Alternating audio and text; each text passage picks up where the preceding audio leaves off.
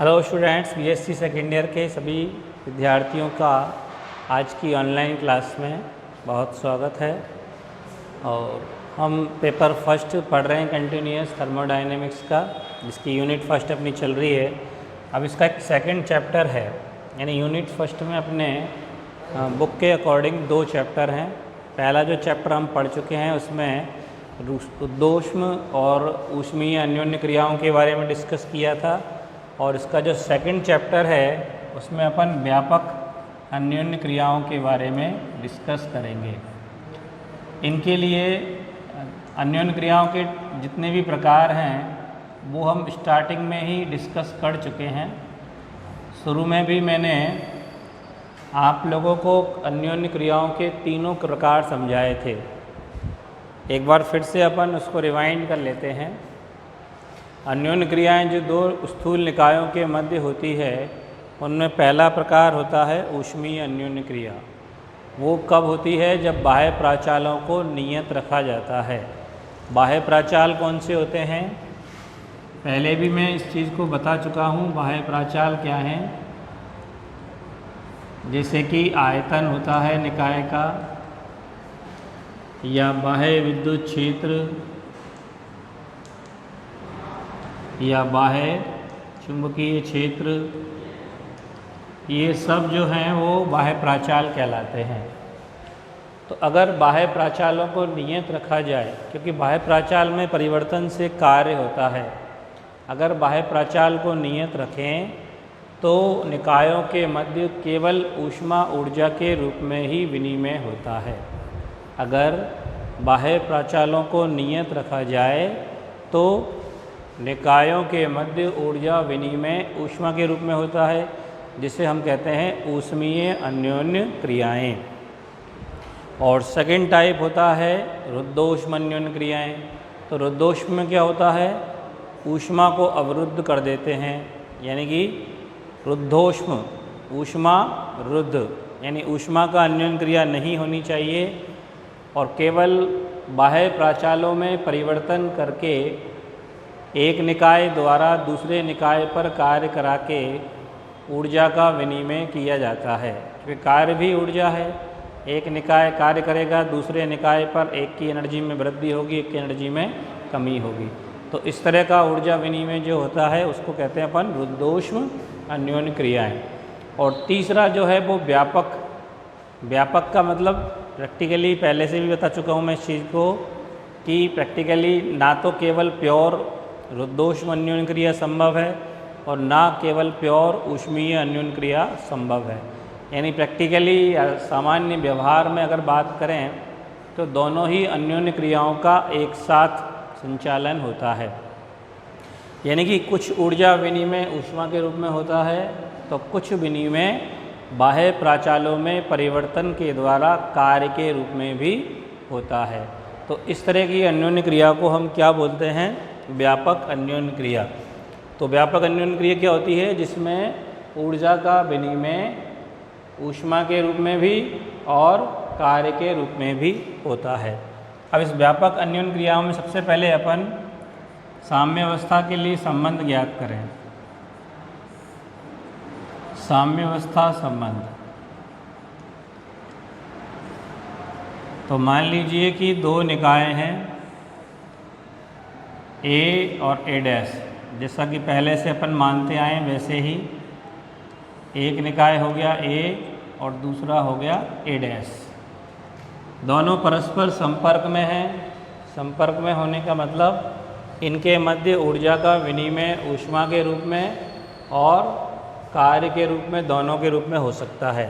यानी बाह्य प्राचाल में भी परिवर्तन होगा जिससे कि कार्य के रूप में विनिमय हो, और ऊष्मा के रूप में भी ऊर्जा विनिमय होगा। तो 2 निकाय ए और ए डैश संपर्क में हैं। इनका संयुक्त निकाय क्या कहलाता है? ए स्टार। संयुक्त निकाय ए स्टार कहलाता है। ए निकाय की ऊर्जा ई है, ए डैश की ई डैश। तो संयुक्त निकाय की ऊर्जा क्या लिखेंगे? ई स्टार बराबर ई प्लस ई डैश। क्योंकि संयुक्त निकाय को अपन कैसा मानते हैं? विलगित निकाय। विलगित होता है इसलिए कुल ऊर्जा क्या होती है, संरक्षित होती है, यानी कि नियत होती है। संरक्षित होना मतलब नियत होना। तो दोनों निकाय ए और ए डैश परस्पर संपर्क में हैं और ऊर्जा का विनिमय ऊष्मा और कार्य दोनों के रूप में कर सकते हैं। यानी बाह्य प्राचाल भी यहाँ पर परिवर्तित हैं ताकि ऊर्जा का विनिमय कार्य के रूप में हो सके और ऊष्मा के रूप में भी ऊर्जा का विनिमय होगा। तो इसलिए व्यापक अन्योन्य क्रिया हो रही है दोनों निकायों के बीच में। अब जो यहाँ संयुक्त निकाय या किसी भी निकाय की अभिगम्य अवस्थाओं की संख्या है ओम स्टार, वो किसका फलन है? एक तो ऊर्जा का और एक बाह्य प्राचाल। बाह्य प्राचाल को हम एक्स अल्फ़ा से दिखा दें, अलग अलग वैल्यू हो सकती है, x1, x2, x3 कुछ भी हो सकते हैं। जैसे आयतन है, बाह्य विद्युत क्षेत्र है, चुंबकीय क्षेत्र है, इन सब को मिला के अपन ने शॉर्ट में क्या लिख दिया, एक्स अल्फ़ा। तो अभिगम्य अवस्थाओं की संख्या जो होती है संयुक्त निकाय की, वो किसका फलन होगा? अभिगम्य अवस्थाओं की संख्या। तो अभिगम्य अवस्थाओं की संख्या यहाँ केवल ऊर्जा ई पर डिपेंड नहीं है बल्कि बाह्य प्राचाल पर भी डिपेंड है। तो बाह्य प्राचाल को अपन का इसे शो कर रहे हैं एक्स अल्फ़ा से। इसी तरह से जो एंट्रोपी होती है, एंट्रोपी एस स्टार भी काई का फलन है ई और एक्स अल्फ़ा का। तो ओम स्टार जो अभिगम्य अवस्थाओं की संख्या है वो भी दोनों पर डिपेंड है और एस स्टार एंट्रोपी जो है वो भी दोनों पे डिपेंड है, क्योंकि यहाँ दोनों में ही परिवर्तन होगा। ई मतलब ऊष्मा ऊर्जा के रूप में परिवर्तन, एक्सेल मतलब एक्स अल्फ़ा का मतलब बाह्य प्राचाल में परिवर्तन। तो दोनों ही चर हैं। तो अगर दोनों के लिए अलग अलग ग्राफ अगर अपन बनाएं, जैसे ग्राफ पहले हमने प्रायिकता के लिए भी खींचा है, ओम स्टार ई एक्स अल्फ़ा। तो ओम स्टार जो है अभिगम्य अवस्थाओं की संख्या, उसके लिए चर कौन है? ई भी है और एक्स अल्फ़ा भी है। अगर ई में ग्राफ बनाते हैं तो इस तरह का ही ग्राफ आया, जैसे प्रायिकता ग्राफ आया था हमारा, यानी कि एक विशेष मान, एक निश्चित मान जिसको अपन माध्य मान ले सकते हैं, ई बराबर ई बार। ई बराबर ई बार पर अभिगम्य अवस्थाओं की संख्या क्या होगी? मैक्सिमम। और इसके अलावा अन्य मानों के लिए मैक्सिमम से कम मान होंगे। इसी तरह से एक्स अल्फ़ा में भी ग्राफ बनाए अपन, यानी बाह्य प्राचाल भी चर है, चूँकि चेंज हो रहा है तो एक्स अल्फ़ा पे भी डिपेंड करती है अभिगम्य अवस्थाओं की संख्या। तो दोनों के साथ हम ग्राफ खींच सकते हैं, इसका भी ग्राफ इसी तरह से। यानी यहाँ भी स्थिति वही होगी जब एक निश्चित मान x = एक्स अल्फ़ा बार पर अभिगम्य अवस्थाओं की संख्या क्या होगी? मैक्सिमम होगी। तो ये हमने किसके लिए ग्राफ बनाया? ओम स्टार के लिए, क्योंकि ओम स्टार जो अभिगम्य अवस्थाओं की संख्या है वो दोनों पे डिपेंड है, दोनों ही चर है, दोनों के साथ वेरी करेगा। एनर्जी में परिवर्तन होगा तो भी अभिगम्य अवस्थाओं की संख्या परिवर्तित होगी, और एक्स अल्फ़ा के यानी बाह्य प्राचाल में परिवर्तन होगा तो भी अभिगम्य अवस्थाओं की संख्या में परिवर्तन होगा। तो एक निश्चित मान ई = ई बार और एक्स बार = एक्स अल्फ़ा बार पर मैक्सिमम होगी अभिगम्य अवस्थाओं की संख्या। इसी तरह से एंट्रोपी के लिए भी बना सकते हैं अपन, सेम इसी तरह का परिवर्तन उसमें भी होगा। एंट्रोपी भी दोनों पे डिपेंड है, दोनों चरों पर। तो एंट्रोपी के लिए भी अगर वक्र बनाते हैं तो ऐसी ही स्थिति वहाँ भी आएगी, यानी कि एक मैक्सिमम अवस्था जो होगी एंट्रोपी की वो होगी ई = ई बार पर, एक्स = एक्स अल्फ़ा बार पर, सेम वही पोजीशन। यानी कुल मिला के शॉर्ट में अपन कह सकते हैं ई = ई बार या एक्स = एक्स अल्फ़ा बार पर अभिगम्य अवस्थाओं की संख्या मैक्सिमम होगी और एंट्रोपी भी मैक्सिमम होगी। और ये जो अवस्था प्राप्त होगी, कौन सी अवस्था? जब अभिगम्य अवस्थाओं की संख्या और एंट्रोपी मैक्सिमम होंगे, अधिकतम होंगे, उसको हम बोलेंगे साम्यावस्था। यानी दोनों निकाय कौन सी अवस्था में होंगे? साम्यावस्था में।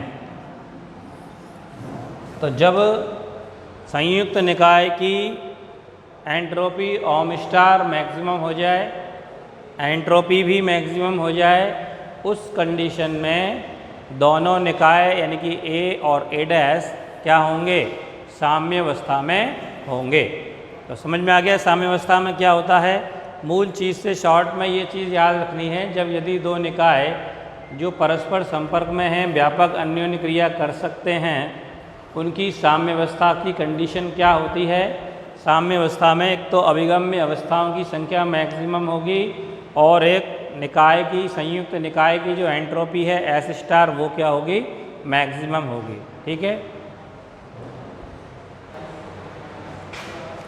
आप देखिए इसके बाद अपन पढ़ेंगे साम्य अवस्था की स्थिति में जो आवश्यक कंडीशन है जिसको अपन प्रतिबंध कह सकते हैं, यानी कि साम्य अवस्था प्रतिबंध।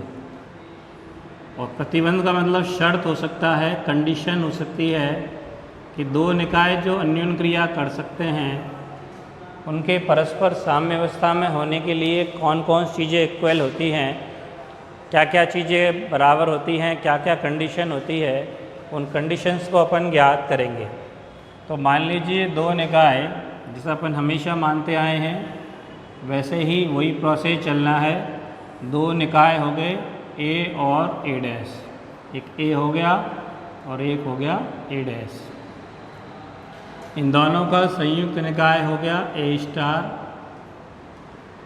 स्टार हो गया संयुक्त निकाय, जो कि कैसा होता है, विलगित, यानी इसकी कुल ऊर्जा क्या होती है, संरक्षित होती है। इसकी ऊर्जा ई है और इसकी ई डैश। तो संयुक्त निकाय की इसका आयतन भी अपन मान लेते हैं। यहाँ बाह्य प्राचाल के रूप में अपन ले रहे हैं आयतन को।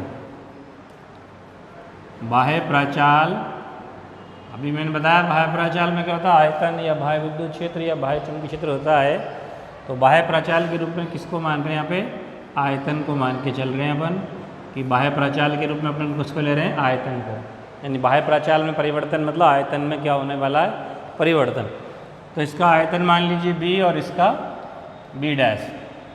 ए निकाय का आयतन बी और ए डैश निकाय का बी डैश।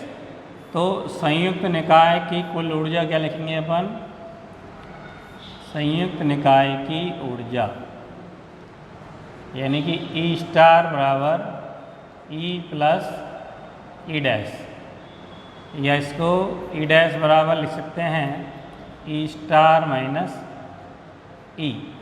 और जिससे कि क्या कुल ऊर्जा क्या हो गई, संरक्षित, यानी कि ये जो वैल्यू है वो नियत है, यानी ई स्टार का मान क्या है, नियत है। कुल ऊर्जा यानी कि संयुक्त निकाय की जो ऊर्जा है वो संरक्षित होती है, यानी नियत होती है। तो ई डैश बराबर हमने लिख दिया ई स्टार माइनस ई। इसी तरह से संयुक्त निकाय का आयतन लिखें बी स्टार बराबर बी प्लस बी डैश लिख सकते हैं। यहाँ से बी डैश बराबर बी स्टार माइनस बी लिख सकते हैं। ये समीकरण 1 लिख दें और ये समीकरण नंबर 2 हो गया। ठीक है, अब मान लीजिए ए निकाय का आयतन या ए निकाय की ऊर्जा, ए निकाय की ऊर्जा जब अन्योन्य क्रिया होगी तो ऊर्जा में परिवर्तन भी होगा और आयतन में भी परिवर्तन होगा, क्योंकि अपन कौन सी अन्योन्य क्रिया पढ़ रहे हैं यहाँ पे, व्यापक अन्योन्य क्रिया। व्यापक में क्या होता है, बाह्य प्राचाल भी चेंज होते हैं और एनर्जी के रूप में भी परिवर्तन होता है। तो ए निकाय की ऊर्जा ई एवं ई प्लस डी ई या डेल्टा ई लिख लो के मध्य, और आयतन बी एवं बी प्लस डी बी के मध्य होने पर परिवर्तन हुआ है, इसलिए परिवर्तन आ गया। ये डी ई आयतन में डी बी हो गया। तो होने पर अभिगम्य अवस्थाओं की संख्या, अभिगम्य अवस्थाओं की संख्या कितनी है, ओम ई बी। जैसा अभी ऊपर बताया था मैंने, दोनों के रूप में है। यहाँ पे अभिगम्य अवस्थाओं की संख्या दोनों पर डिपेंड करेगी, दोनों ही चर हैं। ऊष्मा के लिए ये चर है ऊर्जा, और ये बाह्य प्रचाल के रूप में कौन माना अपन ने, आयतन। तो ओम ई बी हो गई। और इसी प्रकार इसी प्रकार ए डैश निकाय के लिए लिख सकते हैं, वही ऊर्जा का अंतर ई और ई डैश, या ई डैश माना अपन ने तो ई डैश और E dash plus D E, और आयतन बी डैश और B dash plus D B dash के मध्य होने पर ए डैश निकाय की अभिगम्य अवस्थाओं की संख्या क्या मान ली है, इसको ओम डैश के रूप में मान लेते हैं। ओम डैश, और किसका फलन है ये, ई डैश और बी डैश, क्योंकि ए डैश निकाय के लिए हमने ऊर्जा मानी है ई डैश और आयतन माना है बी डैश, तो ई डैश बी डैश हो गया। अब संयुक्त निकाय के लिए जो प्रायिकता सिद्धांत होता है उसके अकॉर्डिंग, तो प्रायिकता सिद्धांत से संयुक्त निकाय है ना ए स्टार, संयुक्त निकाय की अभिगम्य अवस्थाओं की संख्या, अभिगम्य अवस्थाओं की संख्या किससे शो करते हैं, ओम स्टार, ई स्टार और बी स्टार। ये किसके लिए हो गए, संयुक्त निकाय के लिए। संयुक्त निकाय के लिए स्टार यूज करते हैं अपन हर चीज़ में ही, तो बराबर क्या होगा, ohm E B into ohm dash E dash B dash, A निकाय के लिए और ए डैश निकाय के लिए।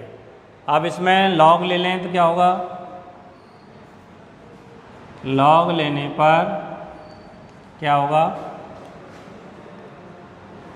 Log of ohm star E star comma B star equal to क्या हो गया, log ohm E B plus log ohm dash E dash B dash.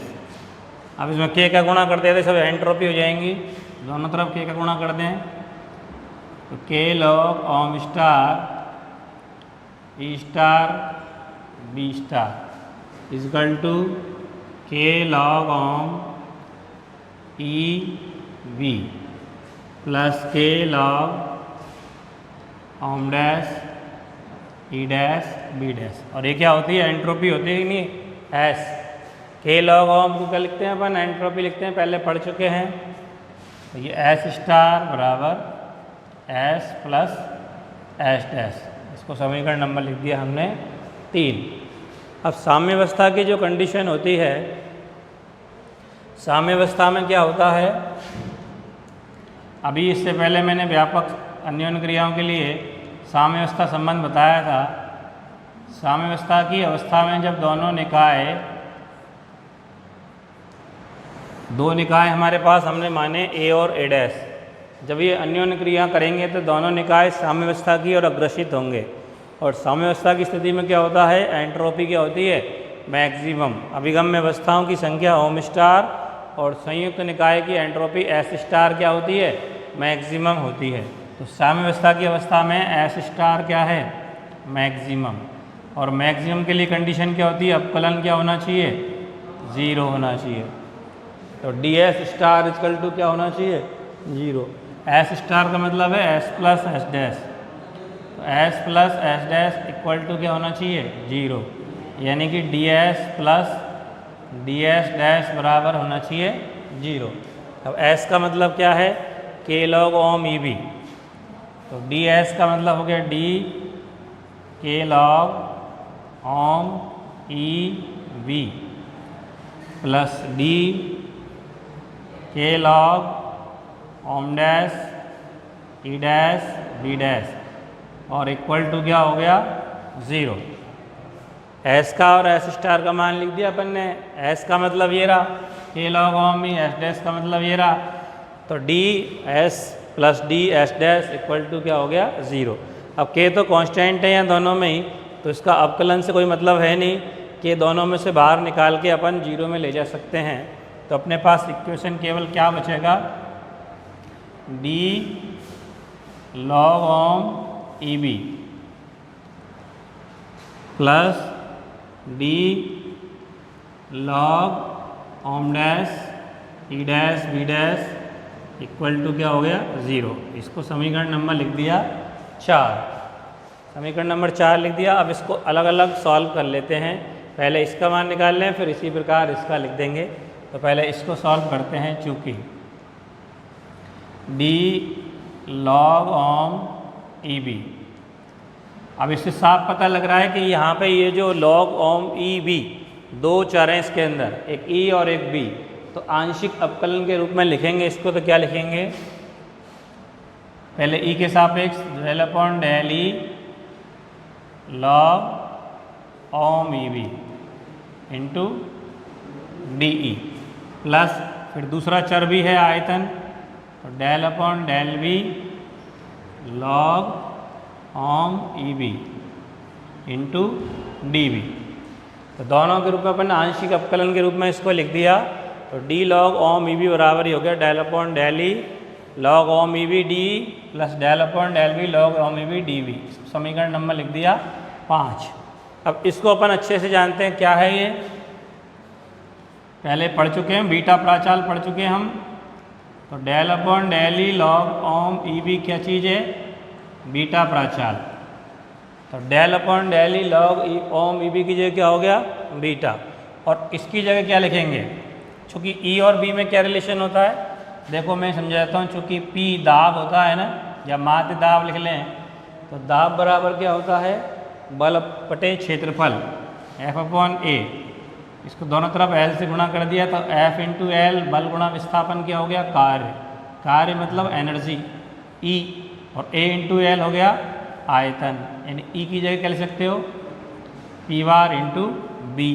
तो यहाँ पे अपन ई की जगह पी बार इंटू बी लिख दें, तो पी बार बाहर आ जाएगा और बीटा के रूप में हो जाएगा, यानी इसे लिख सकते हैं डेल अपॉन डेल ई की जगह पी बार बी लिख दिया, और लॉग ओम ई बी और इसकल टू क्या है बीटा। अब पी बार माध्य बार नियत है, इसको उधर लिख दो। तो del upon del B log ohm E B equal to क्या हो गया पी बार बीटा हो गया। तो यहाँ पे समीकरण 5 में वैल्यू रख दें अपन, तो अपने पास क्या आ गया D log ohm E B equal to क्या हो गया, इसमें समीकरण 5 में मान रख रहे हैं अपन, तो इसकी जगह क्या लिखेंगे बीटा, बीटा लिख दिया, और साथ में डी ई है ही, plus del upon del V log ohm E bar की जगह लिखे हो पी बार बीटा। तो पी बार बीटा और इनटू क्या है डी वी। इसको हमने लिख दिया समीकरण नंबर 6। तो ये तो हो गया इसके लिए। अब अपने को समीकरण 4 में इसका मान तो आ गया अपने पास D log ohm E B का मान। अब इसका भी चाहिए, तो इसी प्रकार लिख सकते हैं। तो इसी प्रकार जैसे समीकरण 6 आया उसी के हिसाब से, जैसे वो बिना डैश का है तो डैश का लिख सकते हैं इसी की तरह। तो क्या आएगा D log ohm dash E dash B बराबर क्या आ जाएगा, इसी की तरह लिखना है। जैसे समीकरण 6 है ना, तो इसी में डैश लगा दो सब में, बाकी सारी चीज़ें जैसे कैसे आ जाएंगी। तो क्या आएगा beta dash D E dash plus P बार में तो डैश की कोई ज़रूरत नहीं है, बीटा डैश बीटा भी कोई ज़रूरत नहीं है, बीटा डैश लगा रहा है इसमें, और डी बी डैश। यहाँ सब में डैश लगा दिया अपन ने, जैसे यहाँ लगाया, क्योंकि अपन इसके लिए वैल्यू ज्ञात कर रहे हैं। अब यहाँ से वो समीकरण जो हमने 2 लिखा था, समीकरण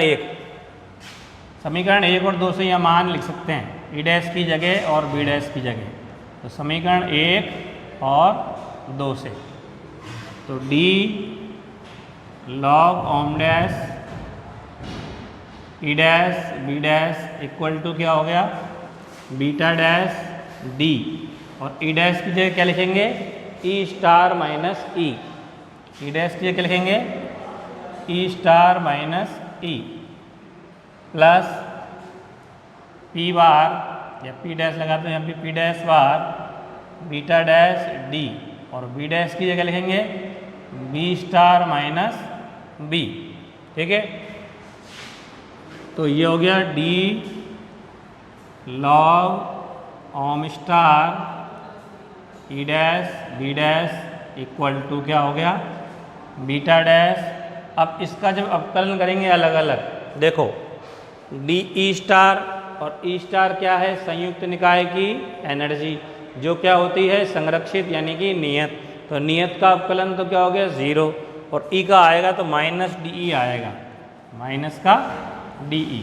इसी तरह यहाँ पे B dash bar beta dash, यहाँ बी स्टार जो है वो संयुक्त निकाय का आयतन है, वो भी कैसा होता है नियत होता है, संरक्षित होता है। तो नियत का अवकलन क्या हो गया 0, तो केवल किसका आएगा बी का, तो कितना हो गया माइनस डी बी। इसको लिख दे समीकरण नंबर 7। अब 6 और 7 से मान कहाँ रख दो तुम्हारा 4 में। समीकरण 6 और 7 से मान समीकरण 4 में रखने पर 6 और 7 से मान कहाँ लिख दिया हमने समीकरण 4 में लिख दो। इसका मान आ गया, इसका मान आ गया, तो इसका मान क्या है beta D E plus P bar beta D B और प्लस इसमें माइनस के हैं दोनों, तो minus beta dash D E dash D E और यहाँ क्या आएगा minus P dash bar beta dash D B. दोनों मान हमने लिख दिए, समीकरण 7 से लिख दिया वाला मान इसका और 6 से लिख दिया। इन दोनों में कॉमन ले लो डी ई, तो क्या आएगा beta minus beta dash D E. इन दोनों में कॉमन क्या हो गया डी बी कॉमन हो गया, तो plus P bar beta minus P dash bar beta dash D B और इक्वल टू क्या चल रहा है 0 चल ही रहा है, तो 0 हो गया।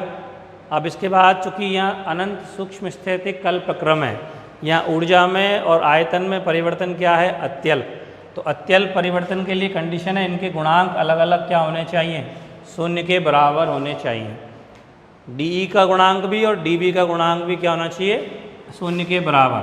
तो 0 के बराबर लेते हैं, डी ई का गुणांक क्या है यहाँ पे बीटा माइनस बीटा डैश, ये किसके बराबर होना चाहिए 0 के बराबर, क्योंकि पूरा टोटल समीकरण 0 है अपना। तो इससे क्या रिलेशन निकला बीटा बराबर बीटा डैश, यानी कि एक प्रतिबंध क्या आ गया हमारे पास कि साम्यावस्था की अवस्था में दोनों निकायों के बीटा प्राचाल क्या होने चाहिए समान होने चाहिए, इक्वल होने चाहिए। अब इसी तरह से डी बी का गुणांक 0 करते हैं तो क्या आएगा, इसका गुणांक क्या है P bar beta minus P dash bar beta dash equal to ये भी क्या होना चाहिए 0। इसको सॉल्व करें तो P bar beta equal to कितना हो गया पी डैश बार और बीटा डैश। अब चूंकि बीटा और बीटा डैश ऑलरेडी बराबर है, तो बराबर है तो ये कट जाएंगे, तो क्या रिजल्ट निकलेगा पी बार बराबर पी डैश बार। तो सेकंड प्रतिबंध क्या आ गया अपने पास, साम्य अवस्था में दोनों निकायों के माध्य दाब भी क्या होंगे बराबर। एक प्रतिबंध तो हो गया दोनों निकायों के बीटा प्राचाल इक्वल होंगे, और दूसरा प्रतिबंध क्या आ गया दोनों निकायों के माध्य दाब भी बराबर होंगे। और तीसरा चूंकि बीटा बराबर क्या लिखते हैं अपन 1/kT, के तो कांस्टेंट है। अब चूंकि बीटा बराबर है दोनों के, इसका मतलब ताप भी क्या होंगे बराबर। तो ये हमारे पास एक प्रतिबंध आ गया साम्य अवस्था का। अगर दो निकाय जो अन्योन्य क्रिया कर सकते हैं वो अगर साम्य अवस्था में हैं तो उसकी कंडीशन क्या होगी, उसके प्रतिबंध क्या होंगे, दोनों निकायों के बीटा प्राचाल समान होंगे, दोनों निकायों का माध्य दाब समान होगा और दोनों निकायों के ताप भी समान होंगे। ये हमारे पास व्यापक अन्योन्य क्रियाओं के लिए साम्य अवस्था के लिए आवश्यक प्रतिबंध है। ठीक है।